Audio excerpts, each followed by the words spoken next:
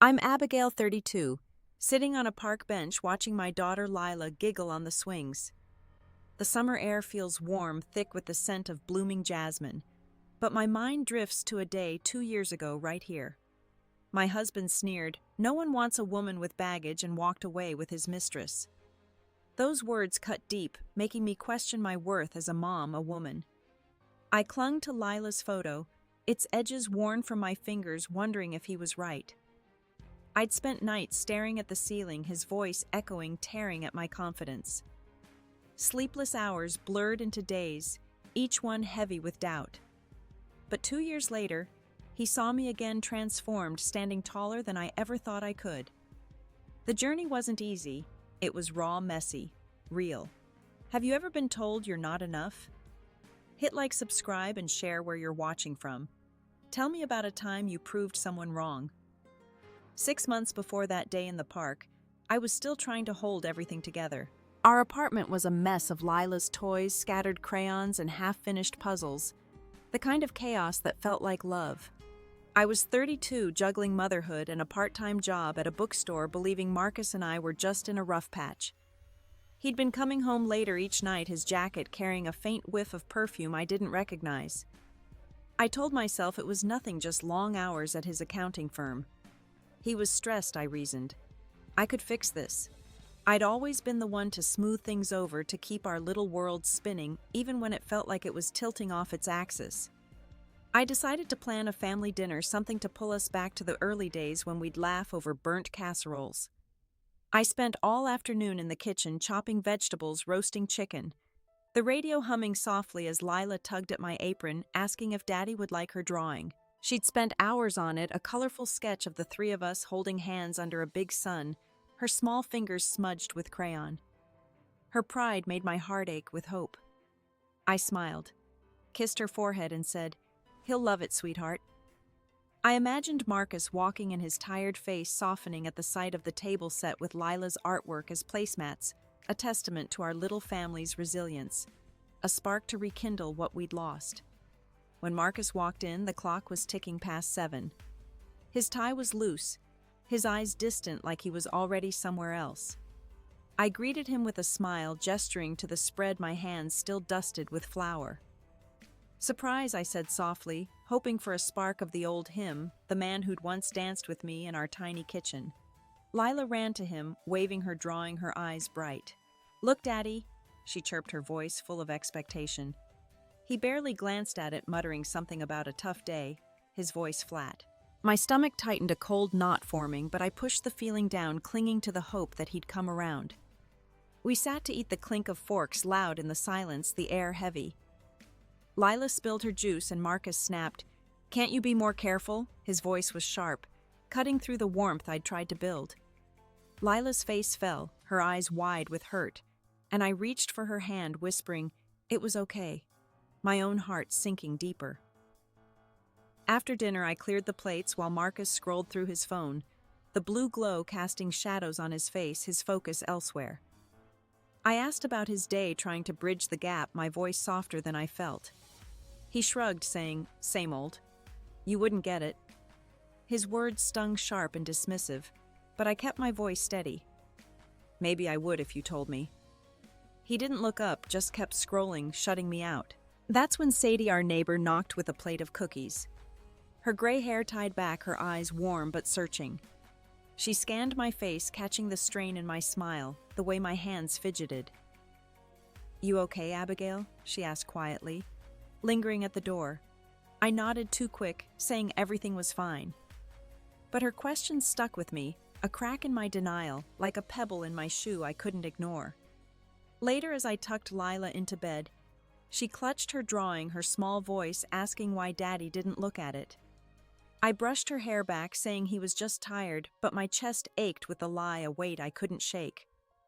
I remembered my sister Hannah's call a week earlier, her voice tight as she asked why Marcus was out so late, her concern sharp and pointed. I'd laughed it off, saying she worried too much, but now her words gnawed at me, a quiet warning I'd ignored. I sat on the couch staring at the untouched cookies, their sweetness mocking the bitterness in my throat. I wondered if I was losing him, or if I'd already lost him to someone else, a truth I wasn't ready to face. The days after that dinner felt heavier, like a fog settling over our apartment, thick and unyielding, muffling the warmth we once had. I kept hoping Marcus would notice the effort I was putting in, the way I stayed up late ironing his shirts or packed his lunches with little notes, each one a plea for connection, a silent cry to bring him back. But he'd grab his bag and leave each morning with barely a goodbye, his footsteps echoing down the hall, a sound that grew colder each day, like a door closing between us. I started watching the clock, counting the hours until he'd come home, wondering if he'd smile at Lila or ask about my day at the bookstore. He didn't, and the silence between us grew louder, a chasm I couldn't bridge. One evening I found a crumpled receipt in his jacket pocket while doing laundry, the mundane task now a ritual of dread. It was from a hotel across town, dated for a night he'd said he was working late. My hands shook as I smoothed it out, staring at the numbers, $50 for a room paid in cash, a detail that felt like a betrayal in itself. I stood there surrounded by Lila's onesies and his socks, my breath catching the air too thick to breathe. Maybe it was a client meeting, I told myself, but the perfume on his clothes flashed through my mind, sharp and unfamiliar, like a stranger's touch lingering in our home. I tucked the receipt into my purse, its weight a constant reminder of my growing unease, a secret I carried like a stone. I waited until Lila was asleep, her soft snores filling the quiet, a small comfort in the storm brewing inside me. Marcus was on the couch, his phone glowing in the dark, his face lit with a focus I hadn't seen in months. "Can we talk?" I asked, my voice steady, despite the knot in my chest, my heart pounding with the need for truth. He sighed, setting his phone down, his patience thin. "What now, Abigail?" His tone was impatient, like I was a chore he'd rather avoid. I held up the receipt, my fingers trembling, the paper crinkling in my grip. "What's this?" I asked, keeping my voice low so Lila wouldn't hear.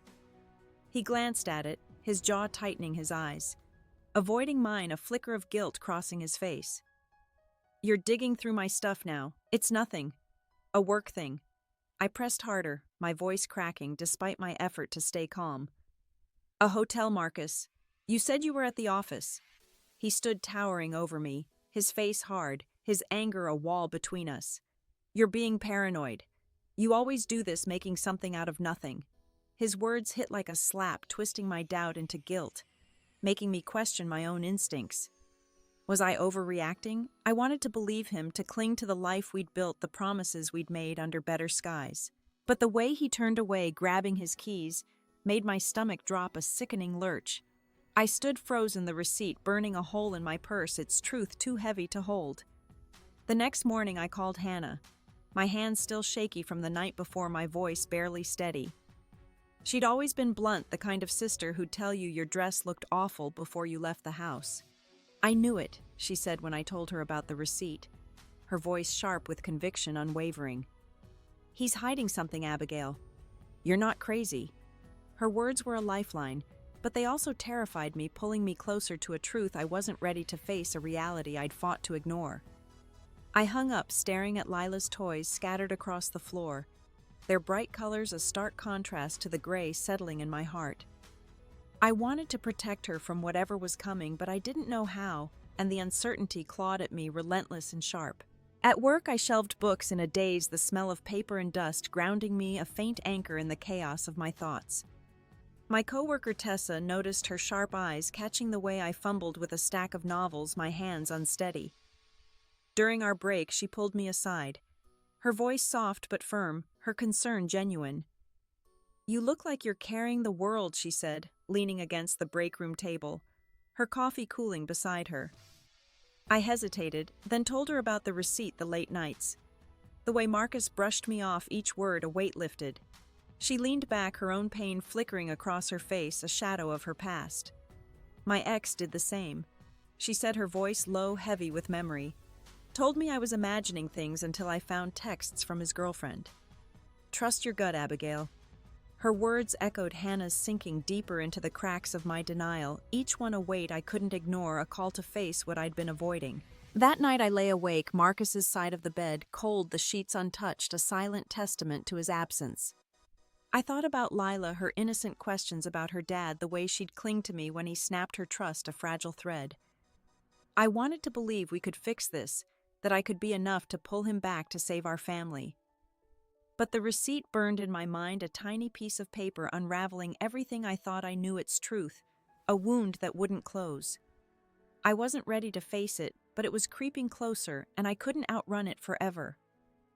The weeks after finding that hotel receipt were like walking through a storm. I couldn't escape the wind howling with questions I couldn't answer.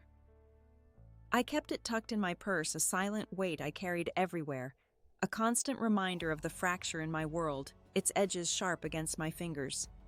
Marcus's excuses grew thinner, his late nights more frequent, each one a needle in my side, piercing deeper. I'd lie awake listening for his key in the lock, the sound now a dread instead of a comfort, the smell of that unfamiliar perfume clinging to him when he finally stumbled in a scent that didn't belong in our home. I stopped asking where he'd been. His sharp replies only made me feel smaller, like I was shrinking under his gaze, my confidence eroding with each dismissal.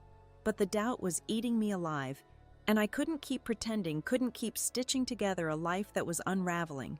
One morning, I was grabbing coffee at the shop near my bookstore, needing a moment to breathe before my shift, the world outside a blur of normalcy I couldn't touch.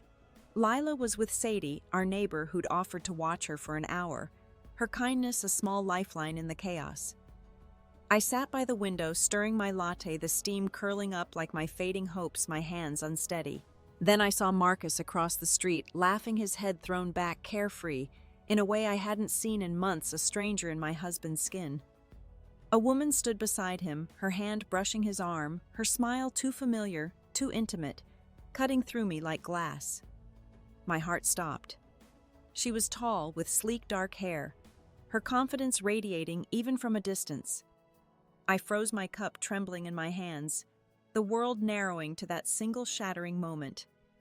I wanted to march over, demand answers, to shatter the illusion he was building without me, but my legs wouldn't move, rooted by fear and shame. Instead, I watched as they leaned closer, her fingers lingering on his sleeve, a gesture that spoke of secrets I wasn't part of. He didn't pull away, his ease with her a betrayal deeper than words.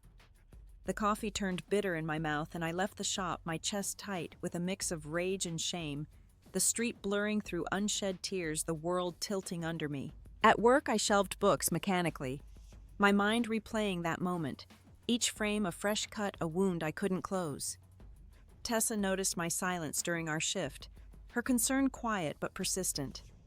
In the break room, she sat across from me, her eyes steady as she unwrapped her sandwich, the routine grounding us both.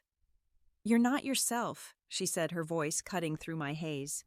I spilled everything, the woman, the laughter, the way Marcus looked at her like she was the only person in the world, his gaze a place I no longer belonged. Tessa's face hardened, her jaw tight, her own scars visible in her eyes. "I've been there," she said, her voice low, heavy with memory. "My ex had a whole other life I didn't see until it was too late. You deserve better, Abigail." Her words cut through my fog, but they also hurt sharp and raw, exposing the truth I'd been dodging. I didn't want to be the woman who deserved better. I wanted my husband, my family, the life I'd poured everything into, the home I'd built with my own hands. When I got home, I tried calling Hannah, but she was busy with her kids, her life a world away, untouchable. Instead, my mother, Patricia, called, her voice warm but heavy with advice, the kind that always carried an edge, a subtle judgment. "Men stray sometimes," she said, her tone implying it was my burden to bear, my failure to fix. "You've got Lila to think about. Keep the family together, Abigail." Her words felt like a slap, blaming me for Marcus's distance, as if my love wasn't enough to hold him, as if I was the one who'd failed. That night I sat at the kitchen table, Lila asleep in her room, the quiet pressing in, heavy and suffocating. Marcus came home late, his eyes avoiding mine, his presence a stranger's in our home. I couldn't hold it in anymore. "I saw you today," I said, my voice shaking despite my effort to stay calm, my hands clenched under the table. "At the coffee shop." "Who was she?" He froze, then scoffed. tossing his keys on the counter with a clatter, the sound sharp in the silence. "You're spying on me now." "She's just a coworker, Abigail. Stop making drama." His dismissal burned, but it was the way he looked at me, cold, almost pitying, that made my throat tighten, a look that said I was nothing to him. I wanted to scream to demand the truth, but the words caught trapped by fear of what he'd say next. The finality I wasn't ready to face the end, I could feel coming. I stood there, Marcus's cold stare pinning me to the kitchen counter, his dismissal ringing in my ears, each word a fresh wound. My hands shook as I gripped the edge of the table, trying to anchor myself against the storm inside my heart pounding so loud I thought it might break through my chest. "A coworker doesn't touch you like that," I said, my voice barely above a whisper, trembling with the weight of my suspicion, the truth I was afraid to name. He rolled his eyes, grabbing a beer from the fridge, the pop of the cap echoing in the silence, a casual act that felt like a slap. "You're exhausting, Abigail. Always looking for something to fight about." His words sliced through me, turning my anger into a dull ache, a mix of betrayal and self-doubt that twisted in my gut. I wanted to believe him, but the image of that woman's hand on his arm burned behind my eyes, vivid and undeniable, a moment I couldn't unsee. The next day, I found myself checking his phone when he was in the shower, my heart pounding with guilt and dread, my fingers trembling as I unlocked the screen. I hated myself for it, for becoming someone who snooped, someone who doubted every word, but I needed answers, needed to know if I was losing my mind. I scrolled through his messages, each swipe a step deeper into the truth. I feared my breath shallow. There it was, a text from someone named Rebecca. "Miss you already." It read, "Sent at midnight a week ago," the timestamp a betrayal in itself. My breath caught the room spinning, the screen blurring through my tears. I dropped the phone like it was on fire, my mind racing, questions crashing over me. Was this who he was with? Was this why he'd stopped seeing me, stopped loving me, stopped being the man I married? At work, I could barely focus, mis-shelving books and forgetting customers' questions, my hands clumsy with distraction, my mind trapped in that text. Tessa tried to check in, her concern gentle but persistent, her eyes searching mine, but I brushed her off, too raw to talk, too afraid to voice the truth aloud. During my lunch break, I sat in the back alley, the cold pavement grounding me as I replayed every moment of our marriage, each memory now tainted. Had I missed the signs? Was I too focused on Lila, on keeping our home together, to notice him slipping away, building a life I wasn't part of? The guilt was suffocating, but the anger was worse. Anger at him, at myself, at the life I thought we had now crumbling in my hands like sand. When I got home, Marcus was packing a bag. His movements quick and deliberate, like he was already gone, already somewhere else. "Work trip," he said, not looking at me, his voice flat, devoid of warmth. I watched him stuff shirts into a duffel, the zipper's rasp cutting through the quiet, each sound a reminder of his distance. "Where are you really going?" I asked, my voice breaking, unable to hide the hurt, the desperation. He paused, then turned his face a mask of irritation, his eyes hard. "I told you work. Why can't you trust me?" But his eyes flickered a telltale sign of the lie, and I knew he was hiding something bigger, something that would break us. Lila ran in, clutching a stuffed bunny, her voice small as she asked if Daddy would read her a story. He barely acknowledged her, just ruffled her hair and said, "Not tonight, kid." His tone dismissive, cutting deeper than any words. That night, alone in our bed, I found a folded note in his nightstand drawer while looking for batteries, my fingers trembling as I unfolded it, my heart racing. It was a cocktail napkin with a woman's handwriting, Halmy M. Rebecca. My heart sank. The room closing in the air, too thick to breathe. I clutched the napkin, my nails digging into my palms, the pain grounding me against the flood of betrayal, the truth now undeniable. The truth was staring me in the face, but I wasn't ready to name it, wasn't ready to let go of the life I'd clung to. I tucked the note away, my chest tight with a pain I couldn't outrun, knowing something was about to break, and I was powerless to stop it, the weight of it crushing me. The Saturday sun was high, casting long shadows across the park, the air alive with children's laughter and the hum of summer. A cruel contrast to the storm inside me. Lila was off chasing butterflies, her laughter a bright spot in the haze of my worry, her small figure darting through the grass, unaware of the fracture growing between us. I sat on a bench, Marcus beside me, his silence louder than the kids shouting nearby, a wall I couldn't breach. The cocktail napkin with Rebecca's name was still hidden in my drawer, its weight pulling at me, a constant reminder of the secrets he kept.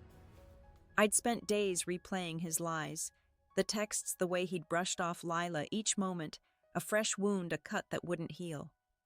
Today I thought maybe we could talk, find a way back, salvage something from the ruins of our life.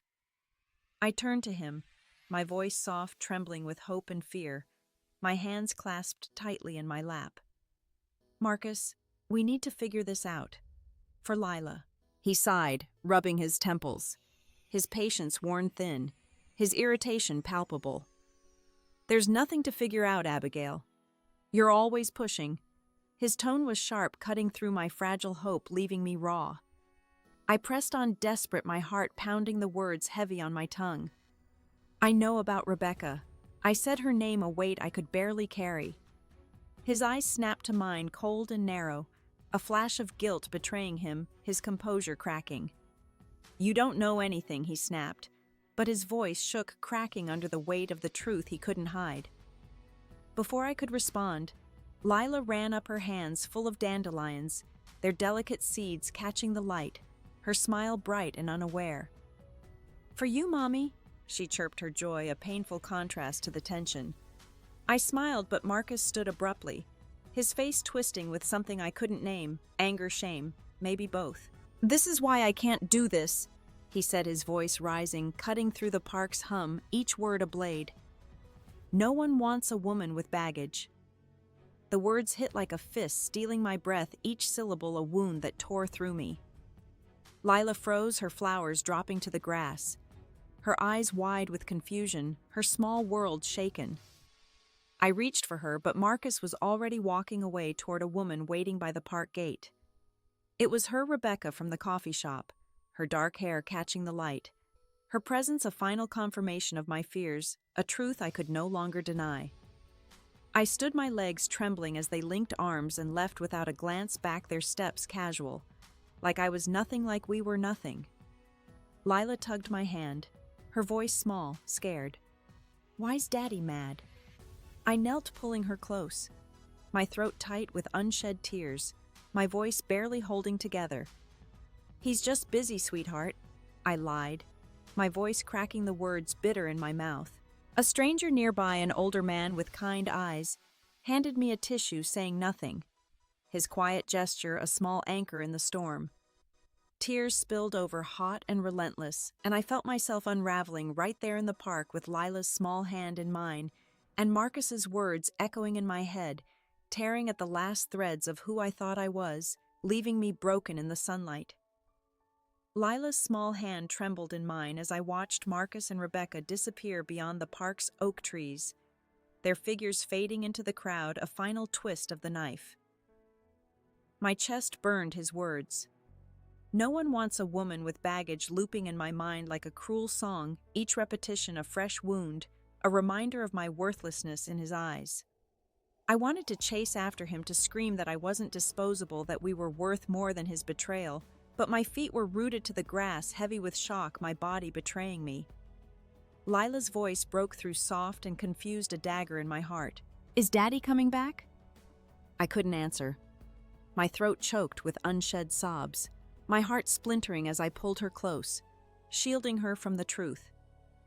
I was only beginning to face my arms, a fragile barrier against the pain that threatened to drown us. As we walked home, the park's laughter fading behind us, my phone buzzed, a harsh intrusion. It was Brooke, my best friend, her voice tight with anger, urgent and raw. Abigail, I saw them. Marcus and that woman at the diner downtown. Everyone was staring. My stomach twisted, a sickening lurch that made the world tilt. The whole town knew. I pictured their pitying glances, the whispers behind my back, each one a confirmation of my humiliation, a public unraveling of my life. At home, I found Marcus's car keys on the counter, a crumpled note tucked nearby. It was Lila's family drawing, torn in half, discarded like us, the crayon lines jagged and broken, a symbol of his disregard. My knees buckled and I sank to the floor, clutching the pieces, my heart splintering as the weight of his betrayal crushed me, leaving me gasping in the ruins of our life, the pieces too sharp to hold. The torn drawing lay on the kitchen floor, Lila's crayon sun split in two, a silent accusation that pierced me. I sat there numb until dawn crept through the blinds, painting the room in soft grays, the light too gentle for the storm inside me. Lila slept soundly, unaware of the chaos in my chest, her innocence a painful contrast to my unraveling. Marcus's words, the sight of him with Rebecca, the whispers. Brooke heard it all, pressed down, threatening to bury me, each memory a weight I couldn't shake.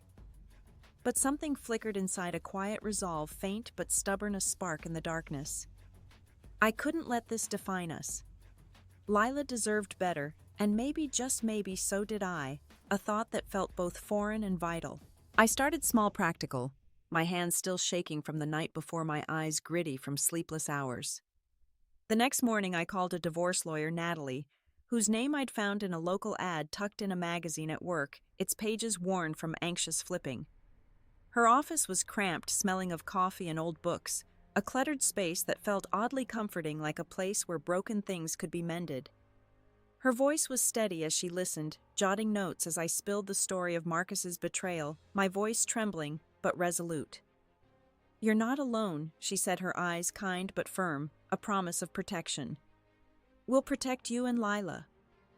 I nodded, gripping my purse, the weight of that hotel receipt still inside, a reminder of why I was here, a tether to my resolve. It felt like a first step, shaky but real, a crack of light in the darkness that had consumed me. That afternoon, I drove to the community college, Lila in tow. Her chatter about her favorite cartoon filling the car, a small tether to normalcy that kept me grounded. I'd always loved books, dreamed of being a librarian, but Marcus had laughed it off, calling it a pipe dream, not worth chasing, his mockery a chain around my ambitions. Now I walked into the admissions office, my hands sweaty, my heart racing with a mix of fear and possibility, a new path unfolding. The clerk, a kind woman named Joyce, handed me a course catalog, her smile warm, encouraging. "Library science starts next month," she said, pointing to a page, her voice a quiet invitation. I flipped through the pages, each course title, a spark of hope, a future I could claim for myself. This was something for me, not him, a piece of myself I'd buried too long under his shadow. When I got home, I took my wedding ring off its gold band, heavy with memories I no longer wanted, its shine dulled by betrayal. It sat on the counter, glinting under the kitchen light, a symbol of a life that no longer fit a weight I was ready to release. I didn't cry. Instead, I called a jeweler and sold it the next day, the cash enough for my first semester's tuition, a tangible step forward. It wasn't much, but it felt like cutting a chain, each dollar a step toward freedom, a reclaiming of my own worth. Lila watched me pack her lunch, her eyes curious, bright with innocence. "Are you going to school like me, Mommy?" she asked, her voice full of wonder. I laughed, the sound surprising me, light and unfamiliar, a glimpse of joy. "Yeah, kiddo," I said, ruffling her hair, feeling a spark of hope ignite. "Mommy's learning too." The first night class was terrifying, the kind of fear that makes your palms sweat and your heart race a leap into the unknown. I sat in a fluorescent lit room surrounded by strangers, my notebook open to a blank page, its emptiness mirroring my uncertainty, my fear of failing. Lila was with Sadie, probably eating too many cookies, but save her absence, a quiet ache in my chest. My professor, Harold, stood at the front, his voice warm as he talked about the power of stories, his glasses slipping down his nose, his passion a beacon. "Libraries aren't just books," he said, his words resonating deep within me. "They're where people find themselves." I scribbled every word, feeling a spark I hadn't known in years, a flicker of the woman I'd been before Marcus's shadow dimmed me. He'd called my dreams foolish, but here in this room, I felt seen, my potential reflected in Harold's words, a mirror to the strength I was rediscovering. At home, Marcus's mother Sheila called her voice sharp, accusing cutting through the quiet of my apartment like a knife. "You're breaking up the family," she said, her words laced with judgment, each one a blow. "Lila needs her father." I gripped the phone, my jaw tight, anger flaring where guilt used to sit a fire kindling inside me. "Lila needs me strong," I replied, surprising myself with the steadiness in my voice, a strength I hadn't known I possessed. I hung up my hands, shaking but resolute, the call a reminder of the world I was leaving behind. That night I wrote a letter to Marcus, words I'd never send, the pen scratching against the paper like a release, a cleansing. I poured out my hurt, my anger, my vow to rise above his betrayal, each sentence a brick in a new foundation, a promise to myself to keep going. Between classes and work, I carved out time for Lila, reading her stories at bedtime, her small body curled against mine, her warmth a reminder of why I kept going, why I fought. One evening she asked if Daddy would come to her school play, her voice small and hopeful, a question that pierced me. I hesitated, the question a knife in my chest, then said, "We'll be there, just you and me." Her smile was enough, bright and unburdened, a light in my darkness. I started noticing my own strength, the way I could juggle work, school, and motherhood without crumbling each day. A small victory, a step towards something better. It wasn't easy. Nights were long, my eyes heavy with exhaustion, but I was doing it step by step, proving to myself I could. One day I found an old journal in a box of my things, its pages yellowed, filled with dreams I'd scribbled before marriage, become a librarian. Travel with Lila, live without fear. I traced the faded ink, my throat tight with the weight of forgotten hopes, each word a reminder of who I'd been. Marcus had made me feel small, but I wasn't that woman anymore. I closed the journal, slipped it onto my shelf, and stood in the quiet apartment, the hum of the fridge a steady backdrop. Lila's laughter echoed from her room, and I felt it, a fire growing inside, steady and unyielding, a strength I was only beginning to understand, a flame that wouldn't go out. My nights were now split between library books and Lila's bedtime stories, each page turning me into someone new. Someone I was learning to recognize, a woman I was proud to become. At the bookstore, my manager noticed my focus, the way I'd linger to help customers find the perfect novel, my suggestions thoughtful and precise, my passion evident. One afternoon, she called me into her office, a cramped space stacked with paperbacks, the air thick with the scent of ink, a familiar comfort. "Abigail," she said, her voice warm, encouraging, "you're ready for more. I'm promoting you to assistant manager." I blinked, stunned, the words sinking in slowly, a validation I hadn't expected. The extra pay meant I could afford a better daycare for Lila, maybe even save a little for a rainy day, a safety net. I hadn't had in years, a small but vital step forward. I joined a single moms group at the community center, a circle of women who understood the weight of starting over, their stories, a mirror to my own, their strength, a quiet inspiration. There I met Zoe, whose sharp wit cut through my quiet days, her laughter a spark in the gray of my routine. She'd left a toxic marriage years ago and now ran her own bakery, her confidence a quiet beacon showing me what was possible. "You're stronger than you know," she told me over coffee, her eyes steady, seeing through my doubts, her words a lifeline. Her words stuck, a quiet boost to my resolve, a reminder that I wasn't alone, that I could do this. One evening, Marcus called, his voice softer than I'd heard in months, almost hesitant, a tone I didn't trust. "I want to see Lila," he said, the words catching me off guard, stirring old wounds. My heart tightened. Memories of his arm around Rebecca, his cruel words in the park flooding back, sharp and vivid. "You can't just show up when it suits you," I said, my voice firm, steady, despite the ache, a strength I'd earned. "We're moving forward." He paused, then hung up, the silence, heavy, oppressive. I stood in the kitchen, the phone heavy in my hand, wondering if I'd done the right thing, but Lila's laughter from the living room grounded me, her voice a reminder of why I was fighting, why I couldn't look back. At work, I started organizing book drives, something I'd never dared before, my hands trembling as I pitched the idea to my manager, my voice steady despite my nerves. Customers noticed, thanking me for making the store feel like a home, their gratitude unexpected and humbling, a gift I hadn't known I could give. One woman, Her eyes tired said my kindness reminded her.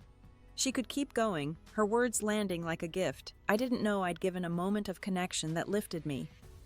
I smiled, but inside I was reeling, realizing I was becoming someone who could lift others, not just carry my own weight.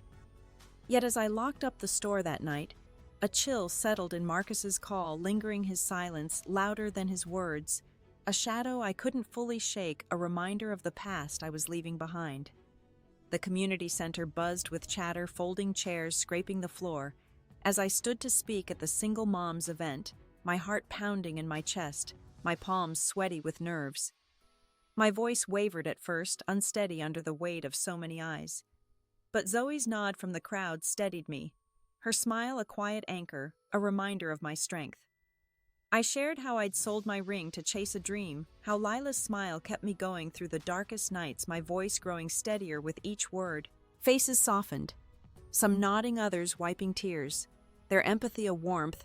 I hadn't expected a connection that felt like home.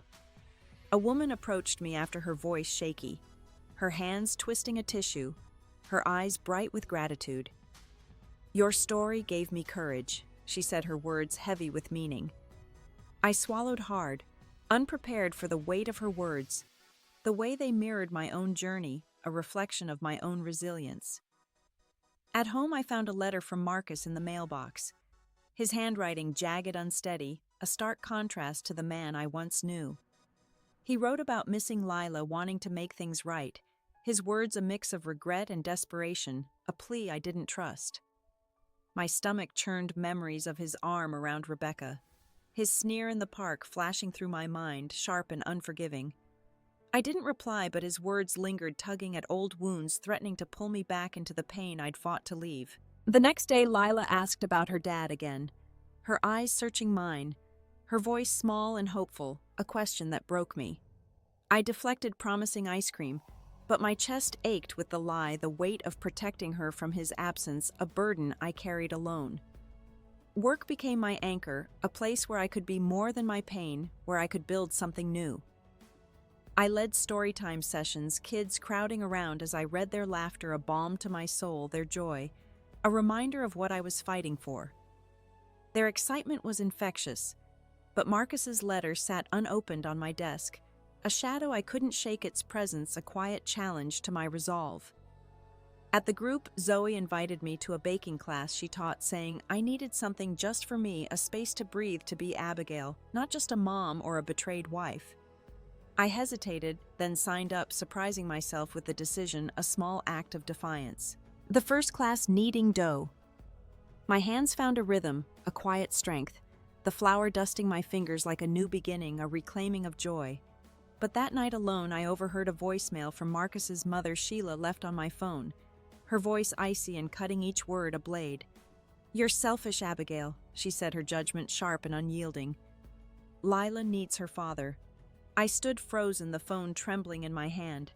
Her words echoing my own fears, cutting deeper than I expected, reopening wounds I thought I'd closed. I looked at Lila's drawings taped to the fridge. Her world so small and fragile, a universe I was fighting to protect with every ounce of my strength. The room felt too quiet, my resolve wavering under the weight of their judgment, a heavy reminder of the battle I was still fighting, the scars that still ached. The evening was soft, the kind where the sky turns pink and the air smells of cut grass, a gentle reprieve from the chaos of my days, a moment to breathe. I sat on our apartment's tiny balcony, a mug of tea cooling in my hands, its steam curling into the dusk, a quiet ritual of calm. Lila was inside, humming as she colored her world, safe for now, a small oasis in my storm, her innocence a light I clung to. I'd been running on fumes, classes, work, shielding her from the mess Marcus left, but tonight I let myself breathe, the air cool against my skin, grounding me. I thought about the woman I was becoming, someone who could stand tall without his shadow, someone who was learning to carry her own light, a strength I was only beginning to understand. Hannah came over, her arms full of grocery bags, insisting on cooking dinner, her presence a quiet apology for the distance between us, a bridge we were rebuilding. We hadn't talked much since I'd brushed off her warnings about Marcus, too stubborn to listen, too afraid to face the truth. She chopped onions, her eyes tearing up, and said, "I should have been there for you." Her voice was soft, heavy with regret, her hands pausing over the cutting board. I touched her hand, surprised by my own calm, the anger I'd once felt replaced by something gentler, a forgiveness I didn't know I could offer.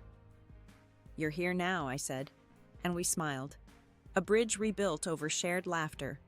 We ate spaghetti laughing as Lila slurped noodles.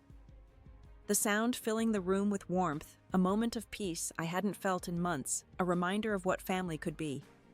Later, I took Lila to a park picnic with Zoe and her son, the grass soft under our feet, the air alive with summer's hum.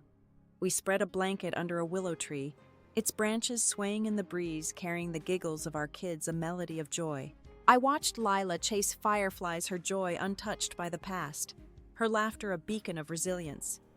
I realized I wasn't just surviving, I was building something new, a life stitched together with intention, thread by thread. Zoe handed me a lemonade, her smile knowing her eyes seeing the change in me. "You're different," she said, her voice quiet but certain, a recognition of my growth. I nodded, feeling the truth of it in my bones, a strength I was claiming step by step. At home, I found a library book I'd borrowed, its pages worn from my notes in the margins, each scribble a step toward understanding myself, a map of my journey. It was about resilient stories of women who'd rebuilt after lost their lives, a mirror to my own, their strength, a guide. I read late into the night, the words settling deep, each one a reminder that I wasn't whole yet, but I was closer than I'd ever been closer to the woman I wanted to be. The quiet of the apartment wrapped around me, and for the first time it didn't feel empty but full of possibility, a space I was learning to call my own, a home I was building. The next evening I took Lila to our little garden, a patch of dirt we'd claimed behind the apartment, a small rebellion against the concrete around us, a space we'd made our own. We planted marigolds, her small hands patting soil around fragile roots, her focus intense and pure, her joy infectious. She grinned, dirt smudged on her cheek, and said, "These are our flowers, Mommy." I nodded, my heart swelling with a love so fierce it hurt, a bond that anchored me.